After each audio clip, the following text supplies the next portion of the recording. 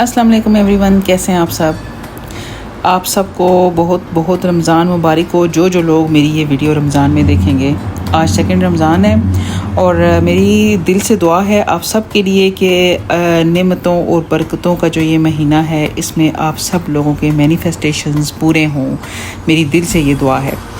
तो गाइज़, आज का जो हमारा टॉपिक है वो भी 3D के मतलब है कि 3D को हम किस तरह से बदलें, इस पर से फोकस कैसे हटाएं कि हम अपनी अवेयरनेस को 4D पे लगा सकें, अपने इमेजिनेशन पर लगा सकें और ये हमें इंटरेक्ट ना करे, हमें तंग ना करे। जो 3D है, ये ज़ाहिर बात है समटाइम्स इस तरह होता है कि लोगों को बहुत ज़्यादा वर्स्ट सिचुएशन में होते हैं और मैं समझती हूँ इस बात को। मैं हर चीज़ में से गुज़र के यहाँ पे आई हूँ, तो ज़ाहिर बात है कि ये तो मस्ट है कि इधर से फोकस हटाना बहुत ज़रूरी है। इधर से जब तक फोकस नहीं हटेगा, आप पैटर्न्स यही वाले रिपीट करते रहोगे अपनी लाइफ में, अपनी 3D में। इससे पहले गाइस कि मैं स्टार्ट करूं, अगर आप नए हैं तो चैनल को सब्सक्राइब कर लीजिएगा, शेयर करें ज़्यादा से ज़्यादा ताकि अच्छी बात सब तक पहुंचे और ये सदका जारिया का सवाब भी मिल सके आपको और दूसरों की परेशानी और मसाइल हल हो सकें। इसके अलावा इंस्टाग्राम का लिंक दे रही हूँ डिस्क्रिप्शन में। अगर कोई हेल्प चाहिए हो मैनिफेस्टेशन से मुतल्लिक तो मैं हाजिर हूँ और ये आपके लिए बिल्कुल फ्री ऑफ कॉस्ट होगा।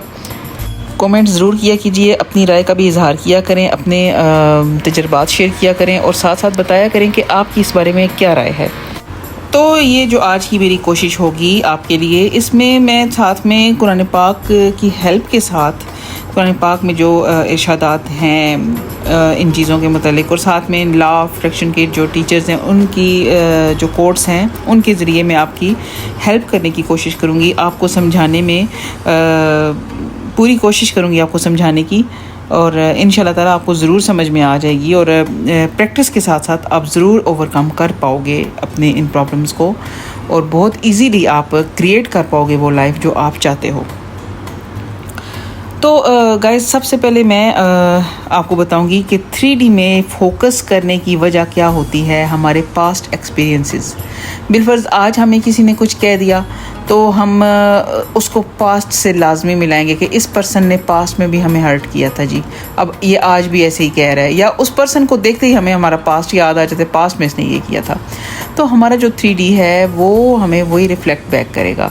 वजह इसकी ये है कि हमारे जो लिमिटिंग बिलीव्स हैं, हमारा जो सबकॉन्शियस माइंड है, उसमें जो रिपीटेडली चीज़ें चलती रहती हैं, हमारे जो लिमिटिंग बिलीव्स चलते रहते हैं, वो किस तरह वजूद में आते हैं क्या आपको पता है गाइस? वो इस तरह से बनते हैं, कुछ हमारे माशरे में जो कुछ हो रहा है इर्द गिर्द को, जो चीज़ें पकड़ के हम उसको सच मान लेते हैं। फिर हमारे जो पेरेंट्स की तरफ से हमें हमारी जो प्रोग्रामिंग होती है बचपन में, फिर हमारा जो मतलब बाकी का सर्कल है, हल्का अहबाब है, दोस्त हैं, फैमिली फ्रेंड्स, सारे इन सब के साथ मिलके फिर हमारे कुछ एक्सपीरियंसेस होते हैं लाइफ में, उनसे भी हमारे लिमिटिंग बिलीव्स बन जाते हैं। तो हर पर्सन के लिमिटिंग बिलीव्स डिफरेंट होते हैं, जिसकी वजह से हर बंदे की लाइफ भी डिफरेंट होती है। तो जो हमारा सबकॉन्शियस माइंड है वो इन्हीं बिलीव्स को रिपीट करता है बार बार पैटर्न्स की सूरत में। हमारी लाइफ में ये चीज़ें चलती रहती हैं जब तक हम इनको बदलेंगे नहीं, आप कैसेट को नहीं बदलेंगे, आप सीडी को चेंज नहीं करेंगे, तब तक यही चलाएगा। आपका जो स्क्रीन है उस पर यही कुछ आएगा। मतलब ये कि आपके 3D पे वही कुछ दिखाई देगा जो कुछ आपकी प्रोग्रामिंग है, जो आप मतलब अब देखें कि जो प्रोग्राम हुआ है आपका, अब ये तो नहीं हो सकता अब नूर जहान के म्यूज़िक जो है वो सुनना चाहें, नूर जहान के गाने सुनना चाहें और आगे से लता के स्टार्ट हो जाएं। आप जाएं यूट्यूब पे सर्च करें कि नूर जहान के सॉन्ग्स आपको सुनने हैं और आप जब प्ले करें तो आगे लता के चल रहे हो, ऐसे तो नहीं हो सकता। तो गाइस, इसकी वजह भी यही है कि हमारी जो प्रोग्रामिंग हुई हुई है, अब वो देखें वो उसमें वही प्रोग्राम चलेगा जो कि है। तो इसी तरह हमारे अंदर जो प्रोग्रामिंग है वही चलेगी, हमारे सामने वही आएगी। तो इसको हमने चेंज करना है। हम मोबाइल की 3D से जितना मर्जी लड़ लें, जितना मर्जी उसको ठीक करने की कोशिश कर लें, उसने नहीं ठीक होना। इसकी वजह यही है कि हम क्रिएटर हैं, हमारे अंदर से प्रोग्रामिंग हो के आ रही है, हमारे थ्रू लाइफ हो रही है, हमारे ज़रिए से लाइफ हो रही है, हमारे साथ नहीं हो रही। ये कोइंसिडेंस नहीं है, ये जो कुछ भी हो रहा है हमारे अंदर से गुजर के आता है और हमारे सामने रिफ्लेक्ट होता है। ठीक है गाइस, तो इस बात को समझने के लिए बहुत ज़रूरी है गाइस कि सबसे पहला सबसे ज़रूरी काम है जो आपने करना है अपने 3D को इग्नोर करने के लिए और अपने 4D पे फोकस करने के लिए सबसे ज़रूरी जो स्टेप है, पहला स्टेप, वो है फॉरगिवनेस। ठीक है गाइस, आपने दूसरों को माफ़ करना है, ये सोच के नहीं कि मतलब आप कोई बहुत ग्रेट हस्ती हो, ये सोच के गाइस कि मतलब ये जो भी क्रिएशन हुई है, जो भी आपकी लाइफ में हुआ है, उसके ज़िम्मेदार आप खुद हैं। आपकी वजह से, आपकी अजम्पशन की वजह से, आपकी बिलीफ की वजह से ये प्रॉब्लम्स आपके साथ हुए हैं और इस पर्सन ने आपके साथ ये किया है। तो सबसे पहले आप क्या करोगे? फॉरगिवनेस। ठीक है गाइस, क्योंकि आप जब ये सोचोगे कि मैं क्रिएटर हूँ अपनी लाइफ का या अपनी लाइफ की क्रिएटर हूँ, तो उस वक़्त आप दूसरों को ब्लेम करना जो है, अब ये तो नहीं हो सकता कि आप दूसरों को ब्लेम करते रहो और साथ ये भी कहते रहो कि आप क्रिएटर हो। एक काम होगा ना, जब आपने ज़िम्मेदारी उठा ली तो बाकी सब जो हैं वो इससे ओहदा बरा हो गए, मतलब उससे फारिग हो गए इस ज़िम्मेदारी से। तो फिर आपका ये काम है कि आपने इस बात को समझना है और दूसरों को करना है फॉरगिव, माफ़ करना है। इस बारे में मैं आपको बताऊंगी ज़रूर कि कुरान पाक में सूरह बकरा में है कि तुम माफ़ करो और दरगुजर करो। ठीक है, अल्लाह ताला माफ़ करने वालों को पसंद करते हैं और इसकी भी वजह यही है कि जो माफ़ करता है वो अपने ऊपर रहम करता है।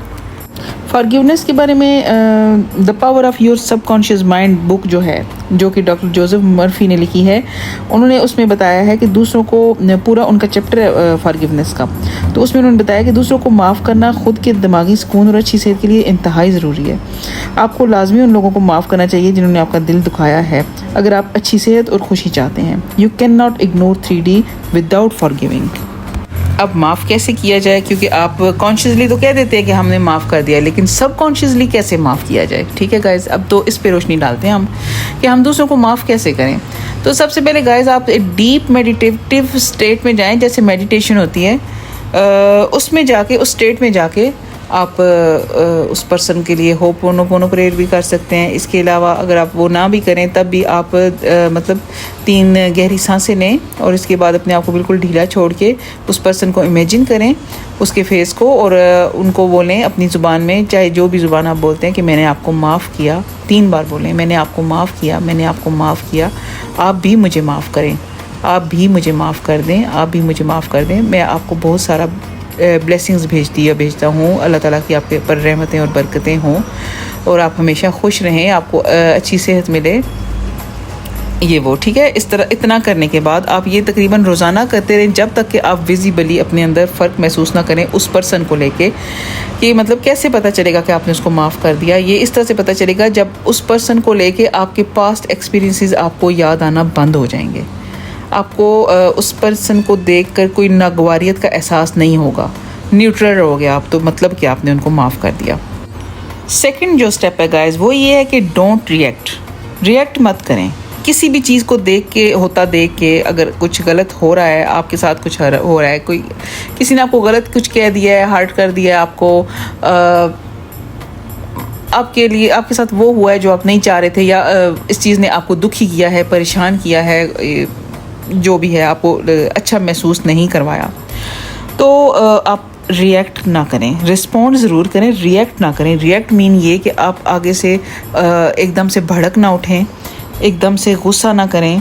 तो देखिए, अल्लाह ताला ने भी सब्र व तहम्मुल को पसंद किया है और कुरान पाक में है कि जो सब्र करते हैं उनको उनका फल ज़रूर मिलता है, और मतलब सब्र जो है वो अल्लाह ताला की पसंदीदा चीज़ है। तो वो यही होता है कि रिएक्ट ना करना सब्र होता है गाइस। ठीक है, जब आप 3D को देख के रिएक्ट नहीं करेंगे ना, तो एक आप सब्र तो तहम्मुल का मुजाहरा कर रहे होंगे। ठीक है, और इसके बाद फिर आपने ये भी सोचना है कि मैं तो क्रिएटर हूँ, ये मेरी वजह से हुआ है, तो मैं इसकी ज़िम्मेदारी कबूल करता हूँ। ये जो भी इंसिडेंट हुआ है इस वक्त, जो जिसने मुझे अच्छा फील नहीं कराया, तो मैं इसको ठीक करने की, फिक्स करने की अंदर से कोशिश करूँगा या करूँगी। तो तब जाके आप उसको फिक्स कर पाओगे और आप मतलब स्ट्रॉन्ग रहोगे। आप ज़्यादा उसको ओवर नहीं लोगे, ज़्यादा इमोशनल नहीं फील करोगे उसको देख के, और आप मतलब न्यूट्रल रहोगे उसको देख के। तो इसका मतलब ये है कि आप रिएक्ट नहीं कर रहे हैं, रिस्पॉन्ड ज़रूर करें आगे से, लेकिन रिएक्ट मत करें। नंबर 3 पर गाइस, जो चीज़ हमें 3D पर फोकस करने से हटाएगी वो है शुक्रगुजारी। अल्लाह ताला का शुक्रगुजार बंदा बने। अल्लाह ताला का बहुत सारा शुक्र अदा करें कि बहुत सारी चीज़ें ऐसी हैं, अगर हमारी लाइफ कहीं किसी एक कॉर्नर से ठीक नहीं है, कोई एक कोना, कोई एक मसला है, कोई 2-3 मसले हैं, तो कितनी जगहों पर अच्छी भी तो है, कितनी जगहों पर हमारे पास फरावानी है, अबंडेंस है। तो अगर आपके पास इस वक्त कुछ कम है या नहीं भी है, तब भी अल्लाह का शुक्र अदा कीजिए, शुक्र अदा कीजिए, इमेजिनेशन में जाके कीजिए शुक्र अदा कि वो चीज़ आपके पास है। तो उससे ये होगा कि आपके अंदर फुलफिलमेंट पैदा होगी कि वो चीज़ आप अपने अंदर जब खुद को ला के दोगे तो वो चीज़ बाय रिफ्लेक्ट बैक होगी। मतलब शुक्रगुजारी और ग्रेटिट्यूड जो है वो एक बहुत, कुरान पाक में भी आपने पढ़ा होगा लाजमी कि अल्लाह ताला शुक्र करने वालों को ज़्यादा जज़ा देते हैं। मतलब कुरान पाक में है, और शुक्र करने वालों को हम भरपूर जज़ा देंगे। और एक जगह पर है, और अपने रब की नेमतों का जिक्र करते रहिए। तो ये जिक्र करना भी शुक्र करना ही है कि मतलब उसके बारे में जिक्र जब हम करेंगे तो वो नेमतें जो हैं मज़ीद इजाफा होकर सामने आएंगी, वापस आएंगी। तो ये गाइस ज़रूर कीजिएगा आप। इसी तरह द सीक्रेट बुक में भी ग्रेटिट्यूड के बहुत सारे बेनिफिट्स बयान हुए हुए हैं। उसमें लिखा है कि gratitude is a powerful process for shifting your energy and bring more of what you want into your life. Be grateful for what you already have and you will attract more things. मतलब आप जब grateful बनेंगे तो आप मज़ीद वो चीज़ें attract करेंगे लाइफ में। इसी तरह एक और स्टेप जो 3D से आपकी तवज्जो को हटाएगा वो है प्रेयर, दुआ करना। जब आप प्रेयर करते हैं तो आप उसको अल्लाह के हवाले कर देते हैं, सरेंडर कर देते हैं, और आपका जो बेकरार दिल होता है वो सुकून पाता है। तो अल्लाह ताला का फरमान है कुरान पाक में कि जब कोई बेकरार उसको पुकारता है तो वो उसकी दुआ कबूल करता है। तो गाइस ज़ाहिर बात है कि जब आप दुआ करेंगे, दुआ नेविल गोदार्ड के मुताबिक भी एक बहुत पावरफुल टूल है जो आपको रियलाइज़ करवाता है आपकी डिज़ायर। उनकी बहुत सारी जगहों पर, और ख़ास तौर पे एक पूरा चैप्टर भी प्रेयर का है नेविल गोदार्ड का। तो नेविल गोदार्ड भी यही कहते हैं, the only condition requires is that you believe that your prayers are already realised. कि मतलब जो कंडीशन आपको प्रेयर के लिए चाहिए वो सिर्फ यही है कि आपको ऑलरेडी यकीन हो गया हो कि आपकी दुआ सुनी जा चुकी है। वो कहते हैं कि फील द विश फुलफिल्ड, कि अपनी ख्वाहिश को पूरा होता हुआ फील करिए, तो आपकी फिर आपकी तवज्जो जो है वो 3D से हट जाएगी। ठीक है गाइस, फेथ है last step, final and last step जो है वो फेथ है। जो शख्स अल्लाह पर भरोसा करे उसके लिए अल्लाह ही काफ़ी है, और अल्लाह की रहमत से मायूस ना होना। गाइस ये तो कुरान पाक का इरशाद है कि मतलब तवक्कुल और फेथ तो बहुत ज़रूरी है किसी भी चीज़ को पाने के लिए। तो नेविल गोदार्ड का कहना है कि आप जो भी ख्वाहिश करते हैं यकीन कर लें कि आपके पास आ गई और आप उसे पा लेंगे। वो कहते हैं कि everyone is you pushed out, आपकी वजह से ही, मतलब जो कुछ भी हुआ है वो आपकी वजह से हुआ है। हर कोई जो है वो आपसे दूर अगर गया है तो उसकी वजह आप हैं। Your inner conversations are creating your world, nothing comes from without, all things come from within. कोई भी चीज़ बाहर से नहीं आती है, सब कुछ आपके अंदर से आ रहा है। तो गाइज़ मेरी ये कोशिश रही है हमेशा कि मैं आपको मैनिफेस्टेशन में पूरी गाइडलाइन और हेल्प कर सकूं। तो फाइनल यही है कि you are the creator, you are the operant power. तो क्योंकि फीलिंग इज़ द सीक्रेट, तो गाइज़ ये है कि आपने इन चीज़ों पर, अगर इन स्टेप्स पर थोड़ा गौर व खोज किया और वीडियो को जस्ट सुन के तो फिर भूल ना गए, बल्कि इनको अपने पल्ले से बांध भी लिया, तो आप ज़रूर अपने मैनिफेस्टेशंस को पूरा कर सकेंगे। और ज़रूर आपके 3D जो है वो चेंज होगा जब आप अंदर से चेंज होंगे, जब वाकई आप अंदर से चेंज होंगे। या आप खुद से भी पूछ सकते हैं क्वेश्चन कि क्या मैं अंदर से वाकई वो हूँ या चेंज हूँ, वो आपको खुद ही जवाब मिल जाएगा अंदर से। तो जब अंदर से आप चेंज होंगे तो खुद ब खुद आपका बाहर का जो है मंजर वो चेंज हो जाएगा गाइस। तो उम्मीद है वीडियो आपको पसंद आई होगी। मेरा नाम सहर है। मैंने law of attraction, law of assumption को डीपली स्टडी किया है और साथ साथ अभी भी कर रही हूँ, और एक्सपीरियंसेस और मतलब ये सब मुताले का सिलसिला सारी ज़िंदगी जारी रहेगा। और गाइस यकीन करें कि मतलब मैंने कुछ अरसे में ही अपने माइंड को कंट्रोल करके वो चीज़ें अपनी लाइफ में देखी हैं जो कि कभी मेरे लिए इम्पॉसिबल थी। तो कॉन्शियसली मैनिफेस्टिंग एक फ़न है गाइस। फ़न की जर्नी में मैं आपको साथ लेके चलना चाहती हूँ। नेक्स्ट वीडियो तक इजाज़त दें। Take care.